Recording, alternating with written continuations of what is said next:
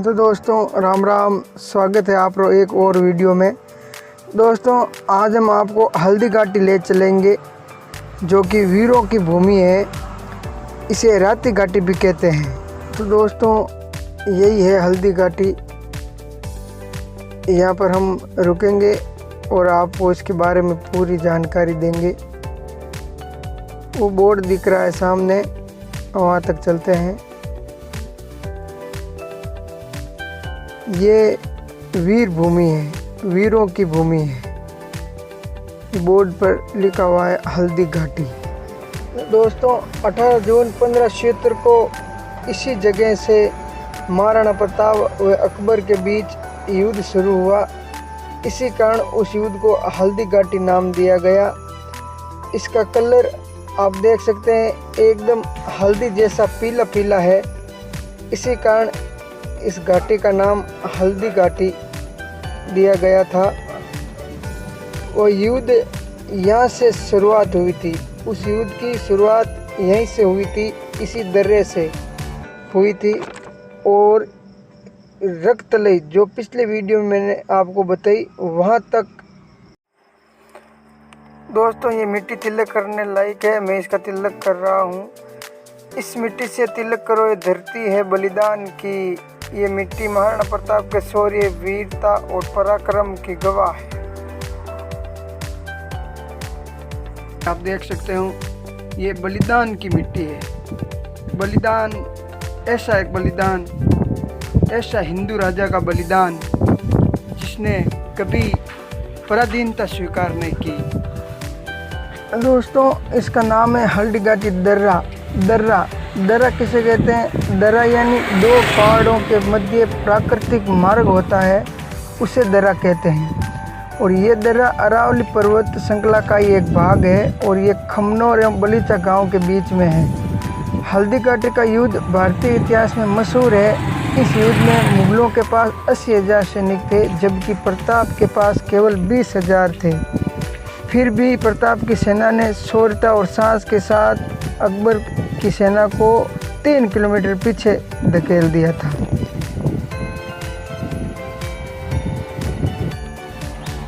दोस्तों हल्दी घाटी दर्रा से आगे चले हम तो हमको यहाँ पर एक बोर्ड लगा दिखाई दिया जिस पर लिखा था प्रताप गुफा। हम यहाँ रुके और अब हम आपको अंदर लेके चलते हैं, देखते हैं क्या कुछ है यहाँ।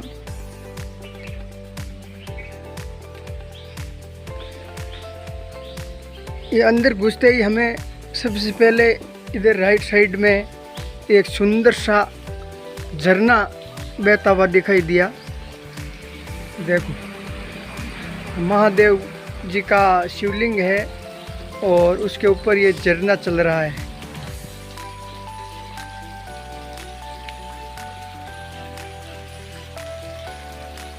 बहुत ही शानदार प्रकृति का नज़ारा देखो, आप देख रहे हो। ऊपर से आ रहा है झरना, नीचे इधर पानी गिर के इधर यहाँ एक कुंड बना हुआ है और उसके आगे एक दूसरा कुंड है और ये इसके आगे तीसरा कुंड बहुत बड़ा बना हुआ है।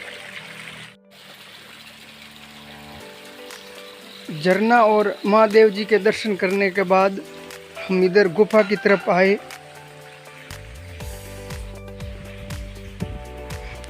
गुफा के अंदर लेके चलते हैं आपको।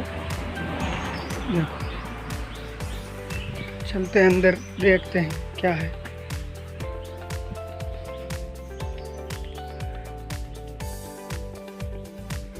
इधर एक हनुमान जी की पत्थर की मूर्ति बनी हुई है, पत्थर के ऊपर ही डिजाइन की हुई है। ये गुफा के अंदर हमको एक महाराज जी दिखाई दिए जो यहाँ धुने पे बैठे हुए थे। महाराज जी से हम बात करेंगे इस गुफा के बारे में। हर हर महादेव बाबा जी। हर हर महादेव। क्या कर रहे हो? बैठे हैं, भजन कर रहे हैं। भजन कर रहे हो? तो क्या कुछ इस गुफा के बारे में आप थोड़ा कुछ हमें दर्शकों को बताइए ना। ये महाराणा प्रताप की गुफा है। अच्छा महाराणा प्रताप यहाँ रहे थे। अच्छा यहीं से उन्होंने युद्ध कौशल का सारा कार्य किया था। अच्छा। महाराणा प्रताप जी ने। अच्छा महाराणा प्रताप जी ने 1576 में यहीं से वो सारा युद्ध लड़ा था। अच्छा महाराणा प्रताप हाँ जो भीलू राणा के नाम से जो फेमस हुआ था ना, हाँ। राणा पूजा जिसको कहते थे, हाँ उसको यही संधि किया था महाराणा प्रताप ने। हाँ। और महाराणा प्रताप जी ने उसको यहीं से उनकी सेनाओं को भाला तलवार, क्योंकि वो तो आदिवासी लोग थे, ओपन चलाते थे, अच्छा। तीर चलाते थे, हम्म, तो उनको तलवार और भाले का प्रशिक्षण देके हम्म, फिर यहाँ से युद्ध हुआ था। हम्म, तो ये पूरा 3 किलोमीटर है यहाँ से हल्दी घाटी। हल्दी घाटी होते हुए रक्त तलाई, तो रक्त तलाई तक उनको खदेड़ा था। तो वो आखिरी युद्ध था 7.5 घंटे का।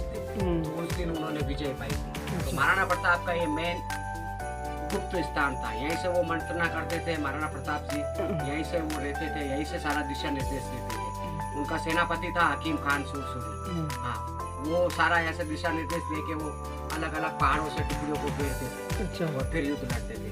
जैसे कहते हैं ना छापा मार युद्ध, हाँ तो ऐसा वो पहाड़ी के ऊपर चारों तरफ से गिर गई थी मुगलों की सेना, और पहाड़ों पर ऊपर से बोखले तीर कमान भाले वगैरह चला के उनको युद्ध में विजय हुए। अच्छा तो हरे घास का रोटी वन बिलावड़ा जगले पागिया नाना सामरे सीखिया, ये वही कहानी है महाराणा प्रताप। मैं सुनिया है राणा का सोया दुखड़ा जागिया, वीरा का खून बावा रण में आन पासे नहीं रखी। ये वही महाराणा प्रताप आके अंदर तक 45 फीट का है। यही गुफा सित्तौड़ चारों दिशाओं में जाती है, 4 दिशाएं जाती है इसके अंदर से।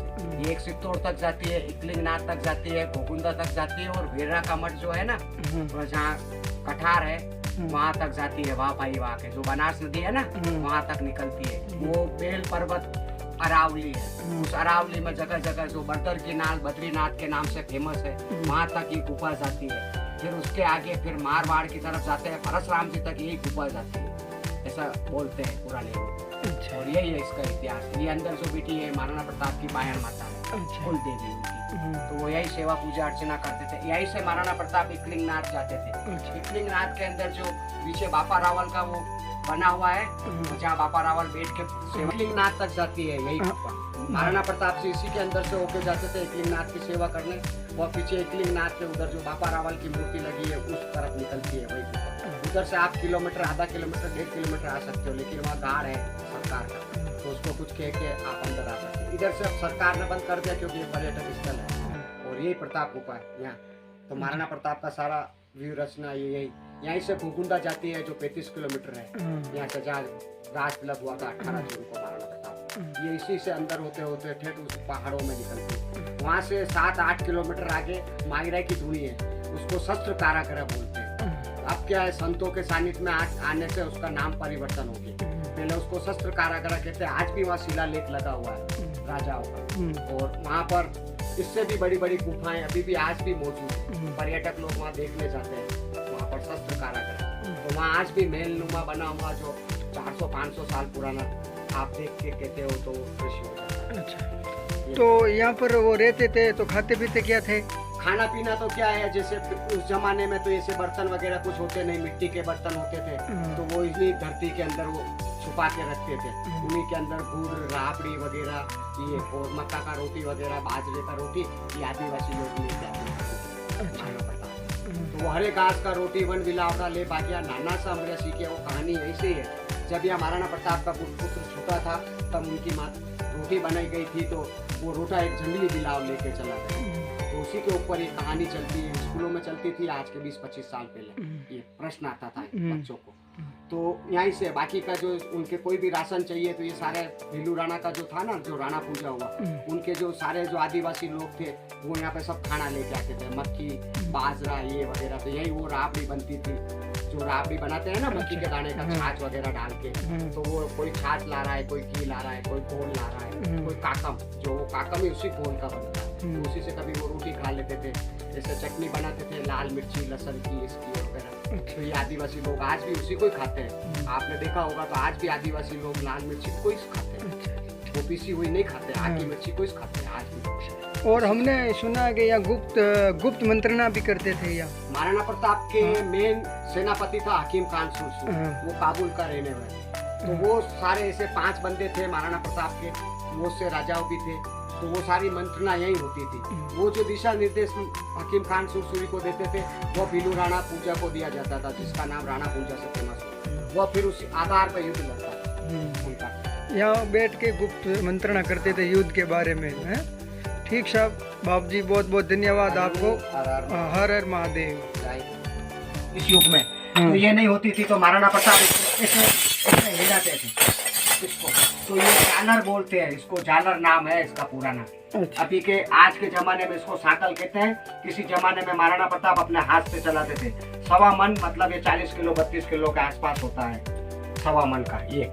तो महाराणा प्रताप जी इसको एक हाथ से चलाते थे। और ये देख लो, इसको उठाने के लिए हमें 2 हाथ लगाना पड़ रहा है, लेकिन फिर भी नहीं उठ रहा। तो वो इसको ऐसे अपन घंटी हिलाते हैं ना भगवान का, तो वैसे आरती करते थे तब ये इसको एक हाथ से हिलाते थे। इसको 1.25 मन का झालर बोलते हैं महाराणा प्रताप का। अच्छा।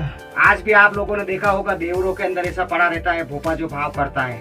तो ऐसा कहते हैं, कोनी थारा देवरा में देव झालर कुटिया गरज कसी, कोई कुटोई मती नहीं है कूटवा में सार, सत्य की संगत में चाल वतौ ठना हर भक्ति, मलिया मछंदर नाद घोरत जती। मतलब जो भजन करता है वो एक उंगली और एक हाथ से उठा सकता है इसको। अच्छा। और आडंबर करने वाला नहीं उठा सकता। आज भी ये इतिहास गवाह है। अगर ऐसा कोई सत्यवान हो तो वो अपने एक हाथ से, इसको ये डंडा है, इसको पकड़ के एक हाथ से आरती करके इसको ऐसा हिला के बता दे, ऐसा चला सकता। हम बाबा लोग हैं तो भी देख लो दोनों हाथों से, और हमारा फुल जोर लगा रहे हैं। अच्छा। तो ये इतना बड़ा, इसको झालर बोलते हैं। ये यही रखा है, इसी समय का है ये। हाँ तो दोस्तों, वीडियो पसंद आए तो लाइक करें। हम इस राजस्थान की यात्रा में ऐसे ही ऐतिहासिक दर्शनीय स्थल आपको बताते रहेंगे। आपसे निवेदन है कि चैनल को सब्सक्राइब करें। अगले वीडियो में हम आपको महाराणा प्रताप म्यूजियम और स्वामी भक्त चेतक घोड़े की समाधि व स्मारक के बारे में बताएंगे। तब तक के लिए जय हिंद, जय भारत।